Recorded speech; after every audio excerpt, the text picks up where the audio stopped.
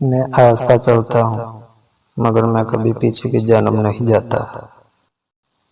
जब तुम हारने लगो तो सोचना कि तुमने शुरू किस वजह से किया था। आज तक कोई अच्छा आदमी बहुत तेजी से अमीर तरीन नहीं हो सका। जैसा सोचोगे वैसे बनोगे। तुम्हारे ख्यालात ही तुम्हारी तकदीर हैं। अगर तुम हारोगे नहीं तो तुम कभी भी जीत का मजा नहीं ले सकते। उन लोगों पर ज्यादा तवज्जो दो जो तालियां नहीं मारते जब तुम जीतते हो। कभी अपनी चाल का ऐलान मत करो जब तक तुम उसको चाल ना लो। नीचे गिरना एक हादसा है, नीचे रहना एक मर्जी है।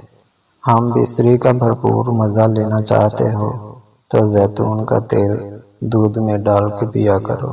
रिस्क लो, यह मौका गंवा